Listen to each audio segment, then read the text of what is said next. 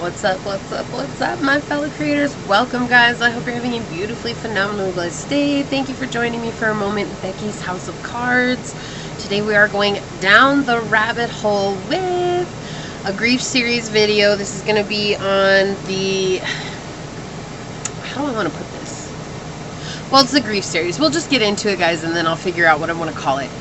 However, please like this video, share this video, subscribe to the channel down below, set that notification bell so you always know when the next video does go live, knowing that that is a free way to support the channel as well as to connect me with your energy to get you out more resonating content, whatever that may be.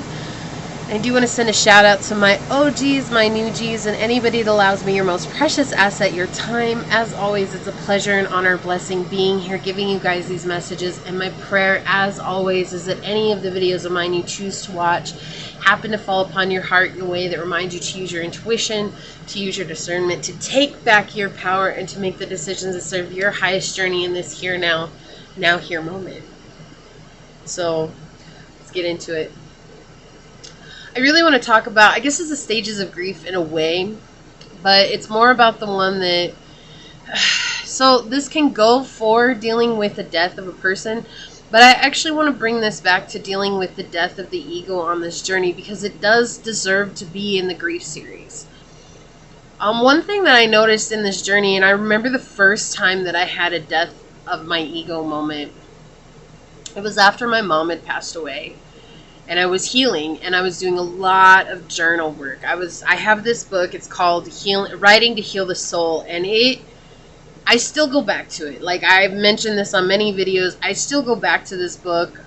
It is something that I feel like my mom led me to, and it was something that changed the way that I see so many things. But what it changed mostly for me was that even though my mother had passed, that there was so much that was left unsaid between me and her that I never got to address. Like I never got to bring it up. I never got to say how I felt. And so I wrote it all down. I wrote it all down in this journal. You know, one of the things was honoring the magnitude of your loss. Like I will bring that one up because I feel like not very many people honor that. And one of the magnitudes of my loss was not only my mother, but my freedom and having to be in a crazy-ass relationship and having to be in just a situation where I couldn't feel like I could be myself. And it was hard. It was one of the hardest things to do, to write down the truth of how I felt, especially about somebody who had just passed away. You know, for a long time I felt like I was dishonoring her soul, telling the truth of how I felt. You know, one time I was 5 and we were in a Sam's Club and my grandma and my mom, they wanted me to stay with them. And I was like, all right, my grandpa, my dad, and my brother all went to, you know, the mechanic section or whatever it was. They wanted to look at toolboxes and tools and, you know, guy stuff. And so we split up. And my grandma, she always loved to go down the dishes aisles. Like, my grandma had a thing for dishes. Not only that, she had a thing for clocks. So, I remember I got caught up looking at something, and I got so stuck on it that when I turned around, they were gone. And I remember it felt like I was walking around that store looking for them for ages. And I remember when they told us, you know, if you ever lose us in the store, just walk up and down the aisles and look down the aisles until you find us, you know, and don't panic, just keep going up and down the aisles. And I went up and down the store twice, and Sam's is a huge store. So imagine, as a 5-year-old, I'm sitting here and felt like an eternity, and I went up and down the store twice, and I still couldn't find my family. I couldn't find my grandpa, I couldn't find my dad, I couldn't find my mom, I couldn't find my grandma. Finally got up to the front by the pharmacy. Nobody stopped. Like, this is the thing that really concerned me back in that time. Here's this 5-year-old little girl alone in this humongous store, and nobody asked me if I was okay. Like, I saw my mom do that for so many kids. Hey, are you okay? Do you need help? Where's your mom? Where's your dad? You know, like, my mom took so many kids to where they had the PA system and they called the parents. I mean, it was crazy. I watched my mom, but nobody did that for me. It was just weird. And maybe this is the reason why my mom did it. I don't know. But anyways, guys, I digress. I got up to where the pharmacy section is, and I remember crying, and I was crying so hard. And then all of a sudden, my mom came down the aisle. And I was so happy to see her, but instead of giving me a hug, she grabbed my arm and she was hurting me, and she started blaming me that I was just trying to run away and that I was doing all these things. And she's like, I can't believe you did that to scare us. She's like, you better not do that again. And she's holding onto my arm, like my upper arm, and it hurt. I kept telling her, I was like, Mom, you're hurting me. She's like, shut up. And I was like, whoa, like my mom is, and I know, okay, like I'm not here blaming her. I know now that she was just really scared. Okay, and rightfully so. Like, you know, sometimes as parents, you get so scared that you start taking it out on your kids, but you don't understand how that hurts your child sometimes. And so, why do I bring this story up? Because after I wrote this down, and I wrote down how I felt, I wrote down, you know, how scary it was to be lost, and then how scary it was to be found. Like, I feel like it felt more scary to be found by my mom, because she told me that I had to tell my grandparents that I'm the one that did that I chose to walk away. And I was like, but you guys were gone. You just left me. And she's like, we didn't leave you. You chose to walk. I was like, wait, hold on. Like, that's not how this is. She's like, that's how it is. And I was like, whoa, okay. Like, my mom was just scared and she didn't want to look bad. And I understand that. And I'm not mad at her for that. But I just want you guys to see, it's like everybody goes through situations like this. It's a very human reaction. Okay, so after writing all this down, it was after my mom had passed away, and I was so scared to write all these things down, I finally let it just pour out of me. And that same night, I had what they consider a death to ego. I remember having a conversation with my mom. Yes, I talked to my dead mother. Okay, guys, you guys can say I'm crazy, whatever, but it has helped so much in her passing. And I remember she came to me and I could feel her all around me, and I heard, I understand now. And I was like, do you? And she said yes to me. And I don't care if you guys believe if it's real or not. It was so real to me. And I remember standing in the middle of my room and falling to my knees and sobbing like the world was going to end. I mean, tears were streaming down my face and they wouldn't stop. They would not stop coming. And I cried, and I cried as hard as when my brother passed away. I couldn't cry when my mom passed away because we had promised we weren't going to cry in front of her. And if you guys have been following me for any amount of time, you know this.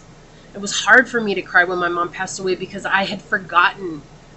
But in that moment, I let it all out. I cried for probably a good 2 hours. I sat there on my knees, crying my eyes out.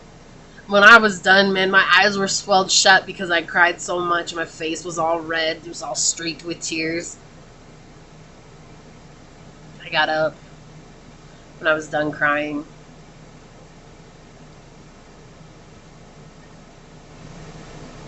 And I remember standing there for just a minute, and I took this humongous breath, and I felt so new. Like something that had been weighing on me my whole life was finally taken off of my shoulders. And I felt free. And I bring this up in the grief series because not only do you guys need to go through your own egoic deaths, okay? Like this is just a part of the healing process.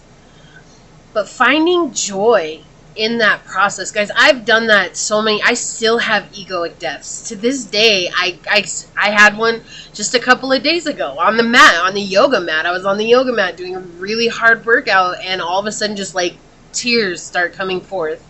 And sometimes there's no rhyme or reason. It's just like I'm just having a moment, and it's just so present. And then in that presence, the emotion erupts, and as it's erupting, I just let the tears flow, because if you stop it, you're compartmentalizing it. You're bottling it back up.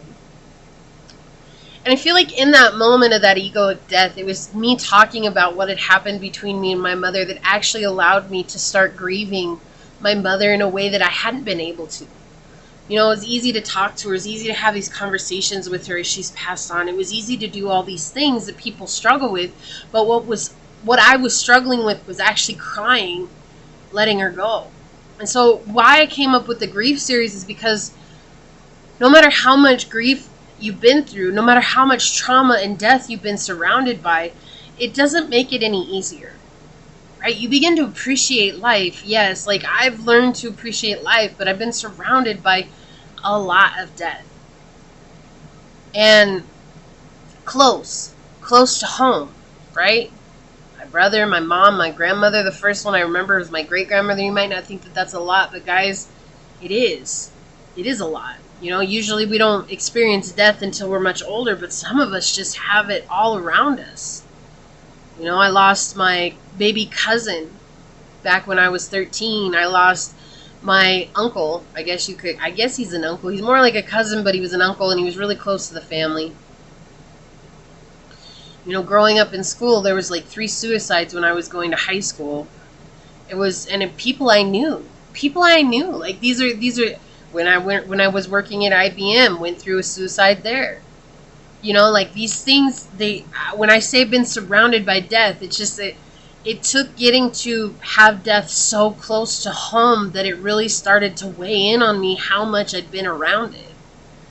And I'm not the only one. It's not like I'm out here saying none of you guys understand no, I make these series because sometimes we just need to understand that we're not alone. And as I've always said, any of these videos, they're really just a journal for me of my own progress. And if it happens to inspire you to help you heal, that's great. And if it doesn't, that's great too. It's not about that. Sometimes you just got to get it out. It's just a reminder. That's what it is. It's just a reminder. And so I make this video for Death to Ego because I think people really believe that the spiritual journey is something that is simple. And once you finally get positive, like nothing bad happens to you. And it's like, no, you become positive because you learn that everything is so minute. Every argument, every upset, every blame, every guilt trip, every manipulation that we've all done, it's so tiny on this grander scale of life. And you begin to appreciate the things that you thought didn't matter anymore, like going out early in the morning so you can see the sun reflected off the clouds and being beautiful. That's what matters. Spending time with people you maybe haven't spent time with. That's what matters. Doing new things, trying new things. It's like the fear that was keeping you from doing what it is that you love to do, you realize is so small compared to what you can experience in living. So if you guys are having a hard time grieving, and I will say this about everything, journaling can be a way to set you free, and you do not have to just write it down. Like a lot of people don't write, and I get that, but you talk, right? Make a recorded diary, do a video diary. It doesn't matter how you get it out. You just need to get it out. And it might feel silly at first. Guys, I'm a natural writer, and it felt insane when I sat down to write these things out about myself. But now it's become something of second nature to me. Now I don't have to separate my journals and say, this is my healing journal and this is my normal journal. My normal journal is my healing journal, my yoga journal, my everything journal. Right? That's because I realized that it all belongs in one place. But when I started, I felt like I had to separate everything because it felt like so big. And now it's like when it comes up, it's so important that it belongs in my journal. That's just a place that it belongs. So don't be afraid to experience the hardships. Don't be afraid to be honest with yourself. And don't be afraid to really rely on how you felt in any one given moment, whether that's you losing somebody in your life or whether that's you just grieving something that you've been through. Because grief isn't just the loss of a person. The grief could be losing a home. It could be losing your best friend just over a fight. It could be losing your spouse over, divorce. It could be anything. It could be losing a child because they don't want to talk to you anymore. It could be you losing a parent because you don't want to talk to your parent anymore. Grief is a multitude of different things. It's not just the loss of a loved one. However, the same tactics apply to each individual category, whether we want to agree with that or not. I have used the same tactics that I used in my grief training, I guess you could say. I don't know. With my emotional grief, with my physical grief, with my mental grief, with my loss. When I finally let myself grieve it, the freedom is what came. We understand that life is so small, whether that's something or someone. Life is too small, and too delicate to be so caught up in things that truly don't matter. Okay? So I hope that this helps, guys. I love you so very much. Please like this video, share this video, subscribe to the channel down below. Set that notification bell so you always know when the next video does go live. And until next time, go forth boldly, my fellow creators, and courageously find creative ways to rise above in life, laughter, and love. Until we meet each other again. Mwah. Peace out. I love y'all. Bye.